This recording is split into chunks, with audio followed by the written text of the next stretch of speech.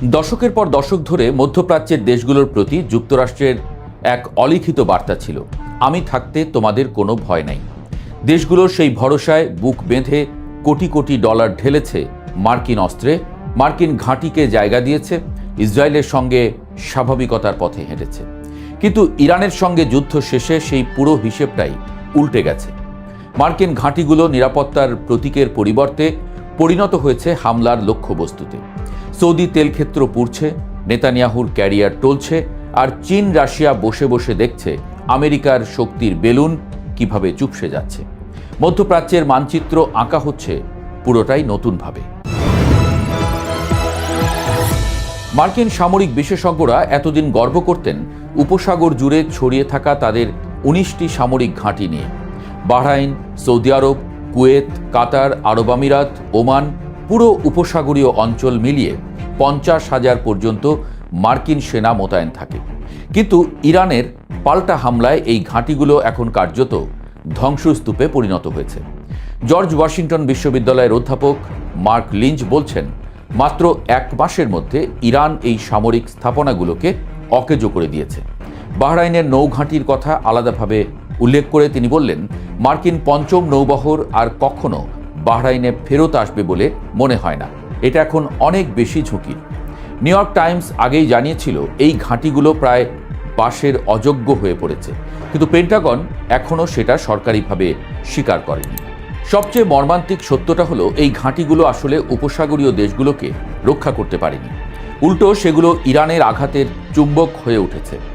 George Washington বিশ্ববিদ্যালয়ের আরেক গবেষক শানা মার্শাল এটাকে সহজ ভাষায় বললেন, মার্কিন ঘাঁটি রাখা এখন সুবিধার চেয়ে বোঝা হয়ে দাঁড়িয়েছে। যে চুক্তিটা একসময় ছিল তেলের বিনিময়ে সুরক্ষা, সেই লেনদেনের শর্তটা ভেঙে পড়েছে। কুইন্সি ইনস্টিটিউটের ট্রিটা পার্সি আরও সরাসরি বললেন, মার্কিন নিরাপত্তার ছাতাটা রীতিমতো ছিঁড়ে গেছে। এমনকি 2 সপ্তাহের যুদ্ধবিরতির চুক্তিতেও উপসাগরীয় দেশগুলোতে ইরানি হামলা সরাসরি বন্ধের কথা নেই, যা এই দেশগুলোকে আরও বিশ্বাসঘাতকতার অনুভূতি দিচ্ছে। এদিকে সৌদি আরবের জন্য ক্ষতির হিসাবটা এখন সংখ্যায় প্রকাশ পেয়েছে। সৌদি জ্বালানি মন্ত্রণালয় প্রথমবারের মতো আনুষ্ঠানিকভাবে স্বীকার করেছে যে ইরানি হামলায় দেশের পূর্ব থেকে পশ্চিম উপকূল পর্যন্ত বিস্তৃত গুরুত্বপূর্ণ তেল পাইপলাইনে হামলা হয়েছে।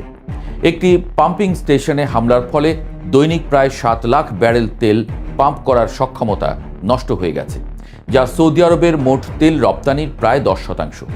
এর পাশাপাশি মানিফা এবং খুরাইস তেল ক্ষেত্রে হামলায় আরও 6 লাখ ব্যারেলের উৎপাদন সক্ষমতা কমে গেছে। জুবাইল, রাস তানুরা, ইয়ানবু এবং রিয়াদের পরিশোধনাগারগুলোতেও আঘাত এনেছে ইরান। হরমুজ প্রণালী বন্ধ হওয়ার পর এই পাইপলাইনটি ছিল সৌদি তেল রপ্তানির বিকল্প পথ, সেই পথটাও এখন আঘাতের মুখে। এই পুরো যুদ্ধে সবচেয়ে বড় লুজার হিসেবে যার নাম উঠে আসে, তিনি ইসরায়েলের প্রধানমন্ত্রী বেনিয়ামিন নেতানিয়াহু। মিডল ইস্ট আইয়ের বিশ্লেষণে বলা হচ্ছে, ইরান যদি যুক্তরাষ্ট্রের সঙ্গে চুক্তিতে পৌঁছায়, তাহলে নেতানিয়াহুর রাজনৈতিক ক্যারিয়ারের শেষটা লেখা হয়ে যাবে। কারণটা সহজ, এই যুদ্ধ নেতানিয়াহুই শুরু করিয়েছেন। নিউ ইয়র্ক টাইমসের প্রতিবেদন অনুযায়ী ফেব্রুয়ারিতে হোয়াইট হাউসের সিচুয়েশন রুমে 1 ঘন্টারও বেশি সময় ধরে ট্রাম্পকে বোঝানোর পর ইরান আক্রমণে রাজি করান তিনি। কি প্রতিশ্রুতি দিয়েছিলেন? বলেছিলেন কয়েক সপ্তাহেই ইরানের ব্যালিস্টিক ক্ষেপণাস্ত্র শেষ করা যাবে। বলেছিলেন হরমুজ প্রণালী বন্ধ করার ক্ষমতা ইরানের নেই। বলেছিলেন ইরানের ভেতর জনবিদ্রোহ শুরু হবে, সরকার পড়ে যাবে। তার একটিও সত্য হয়নি। উল্টো 6 সপ্তাহ পরেও ইরান ব্যালিস্টিক ক্ষেপণাস্ত্র ছুঁড়ছে। হরমুজ দিয়ে একটি জাহাজও ইরানের অনুমতি ও অর্থ ছাড়া যেতে পারছে না। আর ইরানের ভেতরে একটাও সরকার বিরোধী বিদ্রোহ হয়নি। উল্টো বোমার আঘাতে জনগণ আরও বেশি সরকারের পাশে এসে দাঁড়িয়েছে। এখন ইরান মধ্যপ্রাচ্যের সবচেয়ে শক্তিশালী আঞ্চলিক শক্তি হিসেবে মাথা তুলে দাঁড়াচ্ছে। যখন নেতানিয়াহু 3 দশক ধরে ইরানকে ঠিক এই অবস্থান থেকে সরিয়ে রাখার চেষ্টা করে গেছেন, ইসরায়েলের হারেটস পত্রিকা এটাকে সম্পূর্ণ বিপর্যয় বলছে। জনমত জরিপেও নেতানিয়াহুর জোট এখন মাত্র 50 আসনের কাছাকাছি, যেখানে সরকার গঠনে দরকার 61। এক ইসরায়েলি সাংবাদিক নেতানিয়াহুকে তুলনা করেছেন হারমান মেলভিলের উপন্যাসের আহাবের সঙ্গে, যিনি নিজেই তিমি শিকার করতে গিয়ে শেষ পর্যন্ত ধ্বংস হয়ে গিয়েছিলেন। আর এই পুরো পরিস্থিতিতে সবচেয়ে লাভবান হচ্ছে চীন। মিডল ইস্ট আইয়ের বিশ্লেষণে বলা হচ্ছে, বেইজিং কেবল দূর থেকে দেখছে না, সক্রিয়ভাবে পরিস্থিতি নিজের পক্ষে টানছে। জাতিসংঘে হরমুজ প্রণালী খুলে দেওয়ার দাবিতে আনা বাহরাইনের প্রস্তাবে চীন ও রাশিয়া ভেটো দিয়েছে। চীনের জাতিসংঘের রাষ্ট্রদূত ফুকং সরাসরি বললেন, প্রস্তাবটি একপেশে, এটি শুধু ইরানকে দোষারোপ করেছে এবং সমস্যার মূল কারণ স্পর্শ করেনি। এই যুদ্ধ থেকে চীনের বার্তাটা পরিষ্কার, আমেরিকার একক পরাশক্তির দিন ফুরিয়ে আসছে। মার্কিন সামরিক শক্তির দাম্ভিকতা এখন ফাঁকা আওয়াজে পরিণত হয়েছে। এই সত্যটা চীন মনে রাখবে এবং কাজে লাগাবে। প্রশ্নেও নেতানিয়াহু কোণঠাসা।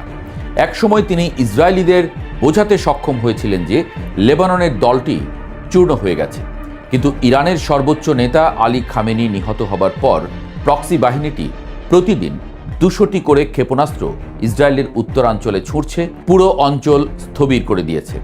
ইসরায়েলি সেনাবাহিনী নিজেই গোষ্ঠীটির শক্তিকে হাস্যকরভাবে কম আন্দাজ করেছিল। এখন ইরানের যুদ্ধবিরতির দাবিতে লেবাননও আছে, কিন্তু নেতানিয়াহু রাজি নন, কারণ থামলেই তার পতন অনিবার্য। তাই যুদ্ধবিরতির মাঝেও ইসরায়েল লেবাননে বোমা ফেলছে, মাত্র 10 মিনিটে 100টি লক্ষ্যে হামলা চালিয়েছে। মধ্যপ্রাচ্যের ভূরাজনীতির এই টালমাটাল সময়ে দুটো প্রশ্নই এখন সবচেয়ে জরুরি। প্রথমত, হরমুজ প্রণালীর নিয়ন্ত্রণ নিয়ে চুক্তি কি টিকবে? দ্বিতীয়ত, নেতানিয়াহু লেবাননে বোমা হামলা চালিয়ে যেতে থাকলে ইরান আবার কি আঘাত করবে? যদি তাই হয়, তাহলে ট্রাম্পের হাতে কার্ড কি? হরমুজ আবার বন্ধ হলে বিশ্ব তেলের বাজার আরেকবার ধসে পড়বে। ইয়েমেনের প্রক্সিরা এরই মধ্যে যোগ দিয়েছে ইরানের পাশে। লোহিত সাগরে হামলার সক্ষমতা তাদের আছে। সুয়েজ খাল পর্যন্ত যদি সংকটে পড়ে, তাহলে যে বৈশ্বিক অর্থনৈতিক বিপর্যয় আসবে সেটা কল্পনা করাও কঠিন। এই যুদ্ধে আমেরিকা বুঝে গেছে সামরিক শক্তি দিয়ে সবকিছু সমাধান হয় না। ইরান বুঝিয়ে দিয়েছে চাপের মুখে মাথা নত করা তাদের স্বভাব নয়। আর বিশ্ব বুঝে গেছে মধ্যপ্রাচ্য এখন আর আমেরিকার একক খেলার মাঠ নয়।